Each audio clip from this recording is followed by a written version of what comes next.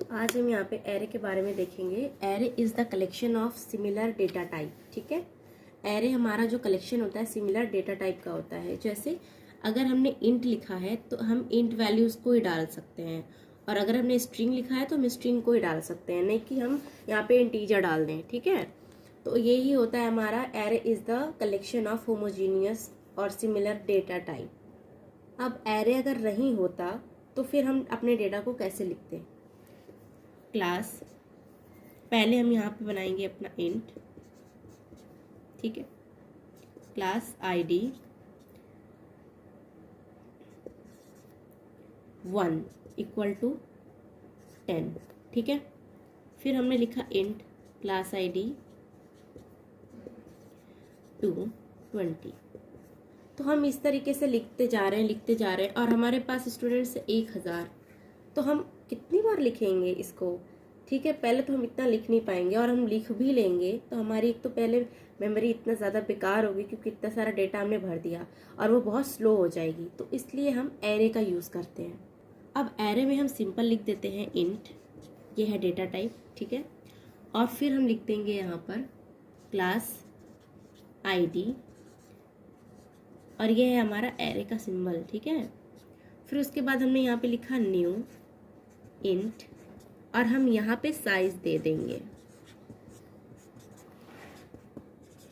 ठीक है, हमने यहाँ पर इसको साइज दे दी। अब ये न्यू क्या है? तो ये एक कीवर्ड है। ठीक है, ये क्या करता है? ये ऑब्जेक्ट को क्रिएट करता है। जावा के अंदर एरे हमारा एक ऑब्जेक्ट होता है। ठीक है, क्योंकि हम जावा में ये न्यू यूज कर रहे हैं। अब ऑब्जेक्ट कहाँ पर जाता है? हीप मेमोरी के अंदर। तो अगर एरे भी ऑब्जेक्ट ही है तो एरे भी हमारा हीप मेमोरी में ही जाएगा। ठीक है, अब बात करते हैं कि जब अगर हमने यहाँ पे इस तरह लिखा है तो हम एरे में इसे कैसे लिखते हैं, एरे में ये कैसे काम करता है। तो सबसे पहले हम हमारा यहाँ पे ये बना लेते हैं। ठीक है, अब इसके अंदर हमने लिख दिया 10 20 30 आईडी 40 आईडी, पूरा ऐसे करते हमने पूरा 1000 आईडी लिख दी इसमें। ठीक है, तो वहां पे हमने इतने सारे क्लास आईडी यानी कि इतने सारे हमने वेरिएबल्स बनाए। ये है इंट हमारा, ये होता है डेटा टाइप, ये होता है हमारा वेरिएबल। तो हम इतने सारे वेरिएबल्स बना रहे, क्लास आईडी 1 2 3 4 1000 तक। बट इसमें क्या करेंगे हम, और इसके अंदर हम यहाँ पे स्टोर कर देंगे। ठीक है, 10 20 पूरा 1000 तक। ठीक है, तो यहाँ ये हमारा हो जाता है वेरिएबल, यानी कि एक वेरिएबल के अंदर हमने इतनी सारी वैल्यूज को डाल दी है। ठीक है, तो सबसे पहला हमारा जो एडवांटेज होता है एरे का वो यही होता है कि हम इसमें मल्टीपल वैल्यूज को स्टोर कर सकते हैं। ठीक है, एक वेरिएबल बनाकर उसके अंदर हम मल्टीपल वैल्यूज को डाल सकते हैं। दूसरा इसका हमारा एडवांटेज है कि एरे फिर फास्ट हो जाएगा। ठीक है, जब हम उतने सारे क्लास आईडी नहीं बनाएंगे, एक ही क्लास आईडी बनाकर उसके अंदर सारे वैल्यू को हमने स्टोर कर दिया, तो फिर तो हमारा एरे फास्ट है ना उससे। ठीक है, तो जो वहां पे हम बना रहे थे कि क्लास आईडी 1 क्लास आईडी 2, तो उसको हम बोलते हैं प्रिमिटिव डेटा टाइप। तो वो इसलिए भी सही नहीं होता है एरे के, अगर हम कंपेयर करें उससे। तो यहाँ पर प्रिमिटिव डेटा टाइप जो होता है वो इंटरनली कन्वर्जन होता है उसका। ठीक है, वो रैपर क्लास होती है उसमें। बट इसमें क्या होता है, ये डायरेक्ट एग्जीक्यूट होता है, इसमें कुछ भी इंटरनल कन्वर्जन नहीं होता, इसमें कोई भी रैपर क्लास नहीं होती है। ठीक है, तीसरा इसका एडवांटेज ये है कि ये बहुत फास्ट होता है। ठीक है, बट इसके डिसएडवांटेज भी कुछ हैं। अगर हमने यहाँ पर साइज को फिक्स कर दिया, ठीक है, जैसे कि हमने यहाँ पे ये साइज फिक्स कर दी है। ठीक है, साइज को फिक्स कर दिया, तो अगर आप अब ये सोचोगे कि साइज को हमने फिक्स कर दिया तो हमको थोड़ी और बढ़ानी है, स्टूडेंट्स बढ़ गए। ठीक है, 1006 हो गए, आप इसकी साइज को नहीं बढ़ा पाएंगे रन टाइम में। ठीक है, और अगर आप चाहते हैं कि स्टूडेंट्स तो कम हो गए, हमें 1000 नहीं चाहिए, हमें तो बस 800 ही चाहिए, तो फिर वो जो और जो हमारा बच गया स्टोरेज वो तो वेस्ट हो गया। ठीक है, क्योंकि इसमें ना डिक्रीज होता है ना ही इसमें इंक्रीज होता है। अगर आपने इसको साइज दे दी तो ये उसी साइज पे ही रहता है फिक्स। ठीक है, और इसमें दूसरी हमारे जो डिसएडवांटेज है वो ये है कि इसमें आप सेम ही सिमिलर डेटा टाइप ही डाल सकते हो। अगर आपने इंट लिखा है तो आप इंटीजर वैल्यू ही डालोगे, स्ट्रिंग्स नहीं डाल दोगे, उसमें डेसिमल नहीं डाल दोगे। ठीक है, और इसका तीसरा जो डिसएडवांटेज है वो ये है कि अगर हम बीच में से, अगर हमारा जो वैल्यूज है, अगर बीच में से हम चाहते हैं कि 30 को हम रिमूव कर दें या अगर कुछ और ऐड करना हो, तो फिर से ये ट्रैवर्स होने लगता है। कैसे समझाते हैं? अब जैसे हम यहाँ पर देख रहे हैं कि हमने यहाँ पे वैल्यूज डाली हैं और ये है हमारा इंडेक्स, ठीक है। एक बात हमेशा ध्यान रखें कि एरे में हमारी जो वैल्यू होती है वो 0 से इंडेक्सिंग शुरू होती है, ठीक है, वैल्यू नहीं इंडेक्सिंग। तो ये इंडेक्स जो हमारा होता है वो 0 से स्टार्ट होता है, ठीक है। तो 0 पे हमारा 10 है, 1 पे 20, 2 पे 30 और 3 पे हमारा 40 है। हम चाहते हैं कि हमारा जो इंडेक्स 2 है उसको हम यहाँ से रिमूव कर दें, ठीक है। तो रिमूव कैसे करें? मान लो हमने रिमूव कर भी दिया इसे, ठीक है, इसे हमने यहाँ से रिमूव कर दिया, अब ये यहाँ से गायब। तो ये क्या होता है, यहाँ पे एरे हमारा ट्रैवर्स होने लगता है। कैसे? अब यहाँ पे इंडेक्स 0 पे 10, 1 पे 20 और अब 2 पे हमारा आ जाएगा 40 और ये हो गया वेस्ट, ठीक है। तो इस तरह से ये ट्रैवर्स भी होता है हमारा। तो ये डिसएडवांटेज है एरे का। अब यहाँ पे हमारे पास एरे के कितने टाइप होते हैं? 2 टाइप होते हैं, ठीक है। एक तो ये है पहला और ये है दूसरा। ये एक होता है सिंगल डायमेंशन, दूसरा होता है मल्टी डायमेंशनल, ठीक है। सिंगल डायमेंशनल को हम शॉर्टकट में 1D भी बोलते हैं। मल्टी में हमारे पास 2 टाइप के डायमेंशन होते हैं, 2D एंड 3D। डी का मतलब डायमेंशन से है। तो सबसे पहले हम यहाँ पे बात करेंगे सिंगल डायमेंशन के बारे में, बट उसके पहले मैं यहाँ पे थोड़ा सा डिफरेंस बता देती हूँ, ठीक है। अब जैसे कि सिंगल है तो इसमें नॉर्मली हमारा यहाँ पर इस तरीके का हमारा बनता है, ठीक है। बट अगर हम मल्टी डायमेंशन बना रहे हैं यहाँ पर, ठीक है, तो यहाँ रो और कॉलम दोनों बनेंगे। जैसे कि यहाँ पे हमारे पास यहाँ पे 2 रो है और ये 3 कॉलम्स हैं, ठीक है। तो इस तरह से डिफरेंस हम बता रहे हैं सिंगल और मल्टीपल का। तो पहले हम बात करेंगे सिंगल डायमेंशन यानी कि 1D के बारे में। तो यहाँ हम सिंगल डायमेंशन के बारे में बात करेंगे। इसमें हम डिक्लेरेशन कैसे करते हैं एरे में वो देखेंगे। तो पहले हम यहाँ पे लिखते हैं डेटा टाइप, फिर हम यहाँ पे बनाते हैं एरे का सिंबल और यहाँ पे लिखते हैं हम वेरिएबल, ठीक है। अब इसको हम बहुत सारे वे में लिख सकते हैं, जैसे कि इंट ए ऐसे लिख सकते हैं, इंट थोड़ी सी स्पेस देकर यहाँ पे भी लिख सकते हैं, इंट थोड़ा स्पेस देकर ऐसे भी लिख सकते हैं। मतलब इसके बहुत सारे तरीके हैं लिखने के हमारे पास, ठीक है। अब अगर हम बात करें तो हम इसे ऐसे भी लिख सकते हैं, A, B, ठीक है। तो ये दोनों एरे रहेंगे, ठीक है। बट अगर हम लिखते हैं इंट, ठीक है, इंट लिखा हमने, A लिखा हमने, B लिख दिया, ये है एरे क्योंकि इसके साथ ये है, बट कॉमा डाल के हमने ये लिख दिया, ये हो गया हमारा नॉर्मल सा वेरिएबल, ये एरे नहीं है। तो ये छोटे छोटे डिफरेंसेस है जो आपको पता है, ठीक है, और पता होनी भी चाहिए कि ए और बी तो यहाँ एरे है, बट यहाँ पर ए के बाद हमारे पास ये सिंबल है, लेकिन कॉमा के बाद हमने बी लिखा है, तो बी अब हमारा नॉर्मली वेरिएबल हो गया, ये हमारा एरे में शामिल नहीं होगा। हाँ, बट अगर हम ऐसे लिखते इंट A, B, तब ये दोनों भी एरे होते हैं, ठीक है। तो समझ में आया कि हम किन किन वे से लिख सकते हैं। ज़्यादातर यूज़ इसी को किया जाता है, तो इसमें हम कंफ्यूज नहीं होंगे, हम सिर्फ इसको ही यूज़ करेंगे, ठीक है। और सबसे बड़ी बात है यहाँ पर कि डिक्लेरेशन के टाइम पे कभी भी हम वैल्यू को इनिशियलाइज नहीं करते। मतलब यहाँ पर हम वैल्यू नहीं देते। जैसे कि हमने साइज रखनी है 1000, तो हम यहाँ पे नहीं देंगे इस तरह से, ये गलत हो जाएगा, ठीक है। ये इसी तरीके से होता है। तो डिक्लेरेशन में कभी भी हम वैल्यू को इनिशियलाइज नहीं करते, वैल्यू को नहीं डालते। अब हम सेकेंड पॉइंट के बारे में बात करेंगे, क्रिएशन। अब इसमें हम क्रिएशन कैसे करते हैं? तो लिखते हैं A equal to new int. Creation के टाइम पे हम इसको साइज देते हैं, ठीक है। जैसे कि हमने यहाँ पे इसको साइज 3 दे दिया, ठीक है, 0, 1, 2, ठीक है। तो ये हमारी 3 साइज हो गई, 1, 2, 3, ठीक है। तो इस तरह से हमने इसको वहाँ पे वैल्यू दे दी। तो ये होता है क्रिएशन। याद रखें, क्रिएशन के टाइम ही हम यहाँ पे वैल्यू को देते हैं, ठीक है। अब अगर हम चाहते हैं कि डिक्लेरेशन और क्रिएशन को एक साथ लिखें, तो वो हम कैसे लिख सकते हैं? तो वो हम यहाँ पे लिख सकते हैं इंट A, इस तरह भी लिख सकते हैं, इसके पीछे भी लिख सकते हैं, ठीक है। मैंने वे आपको बताए हैं। यहाँ पे हमने लिखा न्यू, पूरा ये लिख देंगे, इंट साइज लिख देंगे जो हमने ली थी, और ये। तो ये जो हमारा है ये होता है डिक्लेरेशन प्लस क्रिएशन, ठीक है।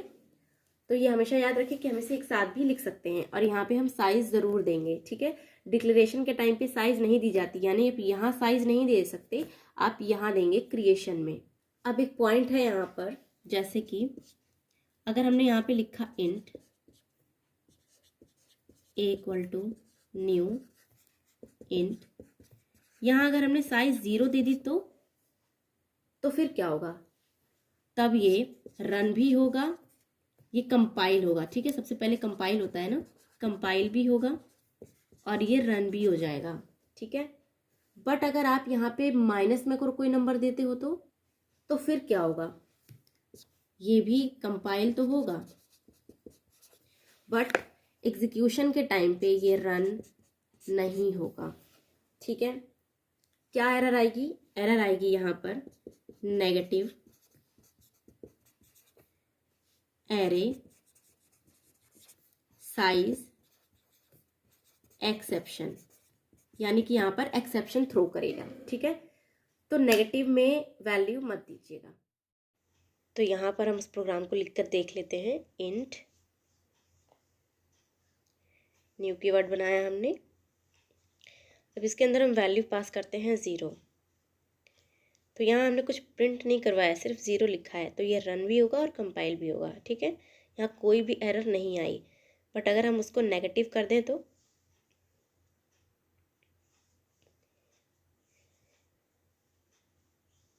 यहाँ पे हमारा एक्सेप्शन एरर आया है, नेगेटिव एरे साइज एक्सेप्शन, ठीक है। अब हम बात करेंगे यहाँ पे थर्ड पॉइंट इनिशियलाइजेशन की, ठीक है। यहाँ हम जैसे ही एरे क्रिएट करते हैं, ठीक है, जैसे ही हम एरे क्रिएट करते हैं यहाँ पर उसको साइज देते हैं, उन सारी साइज की वैल्यू क्या हो जाती है, बाय डिफॉल्ट 0 इनिशियलाइज हो जाती है। जैसे कि हमने यहाँ पे हमने साइज दे दी 1 2 3, ठीक है। तो बाय डिफॉल्ट इसमें सब में 0 0 0 इनिशियलाइज हो जाता है, ठीक है। हमने अभी कोई वैल्यू नहीं डाली और इनिशियलाइज हो गया इसमें 0। जब हम यहाँ पे कोई वैल्यू डालेंगे तब वो रिप्लेस होकर 10 हो जाएगी, 20 30 40 जब वैल्यू को डालेंगे। जैसे a के अंदर हमने यहाँ पे डाल दिया 10, तब 10 यहाँ पे इनिशियलाइज होगा। a और 1 डाला हमने, 20 डाला, तब यहाँ पे 20 आया, ठीक है। वरना बाय डिफॉल्ट ये 0 इनिशियलाइज हो जाता है। एक बात का और ध्यान रखें, अगर यहाँ पर हमने इंट डेटा टाइप लिया है तो इनिशियलाइजेशन के टाइम पे ये बाय डिफॉल्ट 0 लेता है। बट अगर हमने यहाँ पे डेटा टाइप स्ट्रिंग लिया होगा तो बाय डिफॉल्ट यहाँ पर क्या हो जाएगा, नल, हर जगह पे नल नल नल ऐसे करके लिख देगा, ठीक है। और अपनी वैल्यू इनिशियलाइज करनी हो तो वो मैंने आपको बताया अभी कि हम यहाँ पे ऐसे लिखेंगे, तो ये हमारी 0 इंडेक्स पे जाके 10 हमारा इनिशियलाइज हो जाएगा। इसी तरीके से हम कोई भी इंडेक्स लेकर उस पर कोई भी वैल्यू को जाकर इनिशियलाइज कर सकते हैं।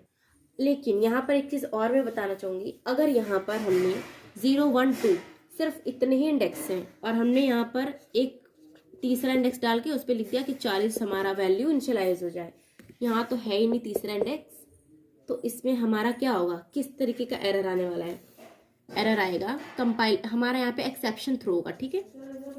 Array index out of bound exception, ठीक है। तो इस तरीके का हमारा जो है एक्सेप्शन थ्रो होगा। अब अगर हमें डिक्लेरेशन, क्रिएशन, इनिशियलाइजेशन, अगर ये सारी चीज़ें एक साथ रखनी हो कि हम डिक्लेयर भी कर दे, क्रिएट भी कर दे और इनिशियलाइज भी कर दे, तो उसको हम कैसे करेंगे, तो उसके लिए हम यहाँ पे लिखेंगे इंट और इसमें हम वैल्यूज डाल देंगे, ठीक है। इसमें हमारा उस तरीके से नहीं होता कि हमने एरे क्रिएट कर दिया और बाय डिफॉल्ट इसमें 0 वैल्यू इनिशियलाइज हो गई, इसमें इस तरह नहीं होता, ठीक है। कि आपने यहाँ पे कुछ नहीं लिखा तो यहाँ 0 इनिशियलाइज हो गई, ठीक है। यहाँ पे ऐसा कुछ नहीं है, यहाँ पे 0 इनिशियलाइज नहीं होती है, जो आप वैल्यू डालते हो सिर्फ वही वैल्यू इनिशियलाइज होती है यहाँ पर। इसको हम दूसरे तरीके से भी लिख सकते हैं, जैसे कि इंट a = न्यू इंट 10 20 30, ठीक है। हम इस तरह भी इसको इनिशियलाइज कर सकते हैं। अब हम तीसरे पार्ट की बात करेंगे, चौथे पार्ट की बात करेंगे, रिट्राइव, यानी कि हम इसे गेट कैसे कर सकते हैं। हमने यहाँ पर वैल्यू को डिक्लेरेशन कर दिया, क्रिएशन कर दिया, इनिशियलाइज भी कर दिया, बट अगर हमें इसको प्रिंट कराना हो, गेट करना हो, ठीक है, 10 लेना हो, 20, 30, तो हम ये कैसे लेंगे? तो यहाँ हम अपना चौथा पॉइंट देखेंगे, रिट्रीव कैसे करते हैं, यानी कि गेट कैसे करते हैं।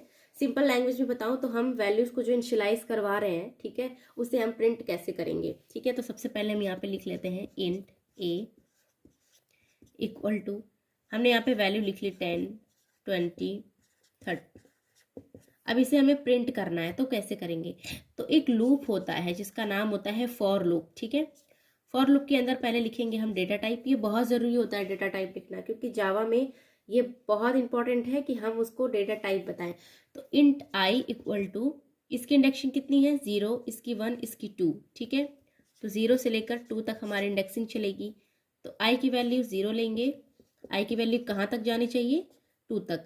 अब हमें ये लगाना होता है less than equal to. Equal का मतलब है कि 2 तक सिर्फ। ठीक है, अगर सिर्फ हमने लेस देन लगाया तो 1 तक ही आएगा, 2 नहीं आएगा। फिर हम इसको तब तक इंक्रीमेंट करते रहेंगे जब तक कि इसके बराबर ना हो जाए। ठीक, फिर ब्रैकेट को हम यहाँ पे ओपन करेंगे।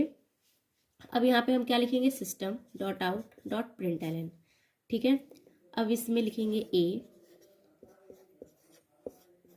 ठीक है, समझ में आया? अब मैं समझाती हूँ। यहाँ पर आई की वैल्यू जब 0 होगी तो इसकी वैल्यू हो जाएगी 10।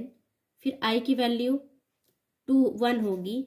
फिर चेक होगी कि क्या 1 लेस देन 2? हाँ बिल्कुल, तो 20 प्रिंट होगा। फिर 2 चेक होगा, 2 लेस देन इक्वल टू 2, बिल्कुल है, तो 30। फिर जैसे ही 3 आएगा हमारा, तो फिर लिखेगा 3 लेस देन इक्वल टू 2, बिल्कुल भी नहीं, तो सिर्फ ये प्रिंट करके वो लूप से बाहर आ जाएगा। ठीक है, तो इस तरह से हम इसको रिट्रीव करते हैं। अब हम यहाँ बात करेंगे फॉर ईच की। फॉर ईच में जो हमने फॉर लूप से किया है वो हमसे फॉर ईच से भी कर सकते हैं, बट डिफरेंस सिर्फ इतना है कि उसमें हमें 2-3 लाइन यूज करनी है, इसमें हम सिर्फ एक लाइन में ही अपना काम कर लेंगे। जैसे कि मैं इसका सिंटेक्स आपको बता दूं। सबसे पहले यहाँ पे हम लिखते हैं फॉर डेटा टाइप, फिर उसके बाद लिखते हैं वेरिएबल, लगाते हैं कॉलन, और उसके बाद यहाँ पे हम अपना एरे डाल देते हैं। अब इस पर मैं आपको बताती हूँ कि कैसे लिखते हैं। फॉर, हमारा डेटा टाइप क्या है? इंट है। वेरिएबल हमारा क्या था? आई था ना, याद है आपको? जैसे फॉर लूप में हमने किया। फिर एरे है हमारा ए। ठीक है, ए क्यों लिखा हमने? क्योंकि हमने ऐसे लिखा था ना, ए ऑफ एरे। तो ठीक है, तो इसी तरह से हमने यहाँ पे ए लिख दिया और इसे हमने यहाँ पे बंद कर दिया, और यहाँ पे इक्वल नहीं होगा, यहाँ पे कॉलन होगा इसकी जैसे। ठीक है, तो अब यहाँ पे हम इसको लिख सकते हैं system dot out dot println, और इस आई को हम प्रिंट कर देंगे। तो एक बार हमारी आई की वैल्यू 10, 20, 30 इस तरीके से यहाँ पे ये प्रिंट हो जाएगा। ठीक है, इसे हम प्रोग्राम में करके आपको दिखाते हैं कि ये कैसे होगा। ठीक है, हम देखते हैं। ठीक है, तो हमने यहाँ पे लिखा इंट, यहाँ पे हम कुछ वैल्यूज को इनिशियलाइज करेंगे 10, 20, 30, 40। फिर इसे प्रिंट करने के लिए हम फॉर लूप का यूज़ करेंगे यहाँ पर। तो हमने लिखा for int I equal to 0, O नहीं लिखना है, 0। I less than equal to 10 नहीं लिखेंगे, 3 लिखेंगे, क्योंकि हमारी 3 लेंथ है, 0, 1, 2, 3। ठीक है, एरे में बाय डिफ़ॉल्ट 0 से ही शुरू होता है। आई तब तक इंक्रीमेंट करेगी जब तक कि हमारी लेंथ पूरी नहीं हो जाती। फिर हम इसमें प्रिंट करेंगे system dot out dot println.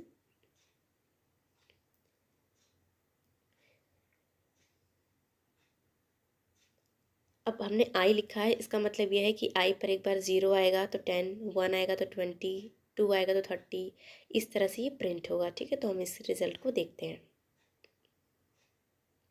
यहाँ पे फॉर ईच का इस्तेमाल करेंगे। तो हमने यहाँ पे फॉर ईच लिखा, उसका syntax data type, variable, colon और एरे। ठीक है, अब इसे हम लिखते हैं फॉर, पहले इंट लिख लेंगे, वैल्यू को इनिशियलाइज करेंगे 10, 20, 30, जो भी आप वैल्यू को डालना चाहे। उसके बाद यहाँ हम फॉर ईच लिखेंगे। फॉर डेटा टाइप हमारा होगा इंट, वेरिएबल होगा हमारा आई, कॉलन एरे है हमारा ए, क्योंकि ए के ही अंदर हमारा ए 10 20 30 हमारा इनिशियलाइज है, ठीक है। फिर इसे हम यहाँ पे प्रिंट कराएंगे system dot out dot println. इसमें हम आई प्रिंट कराएंगे, क्यों ए क्यों नहीं, क्योंकि ए के अंदर सारी वैल्यू जाएगी और ए से वो आई में आएगी, ठीक है। फिर हम आई को प्रिंट करा देंगे यहाँ पर। तो यहाँ एरर आ गया है हमारा, यहाँ हमने स्पेस नहीं दिया था। अब हमारा रिजल्ट आ जाएगा।